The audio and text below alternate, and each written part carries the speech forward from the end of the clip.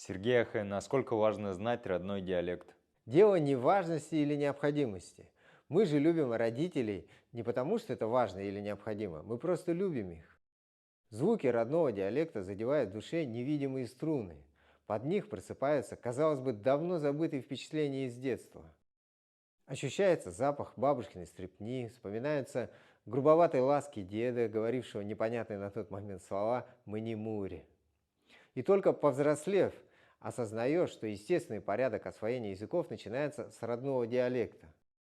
У меня получилось все наоборот. Сначала я освоил русский язык, затем английский, в какой-то степени немецкий, его я, кстати, уже забыл за ненадобностью, а английский использую лишь в части наличия определенных аналогий с родным бурятским языком, литературный вариант которого я начал осваивать после 40 лет и в конце концов приступил к освоению родного диалекта. Но я нисколько не жалею, что все получилось именно так.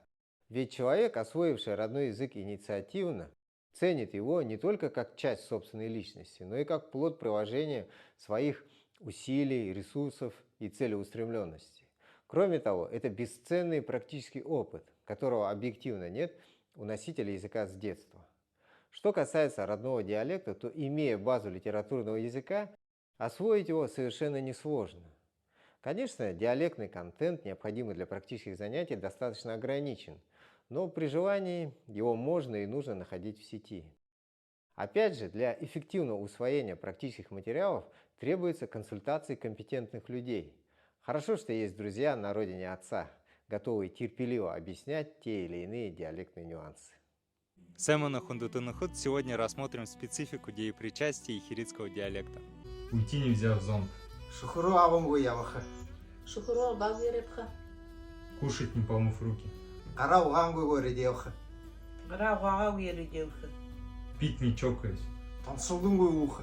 таншалдоверуха, Там, где в литературном варианте используется слитное деепричастие, например, аван плюс отрицание гуи, аван гуи, в ихиритском диалекте используется причастие ава плюс гуигор. Просто на ихиритском оно звучит как гуэр.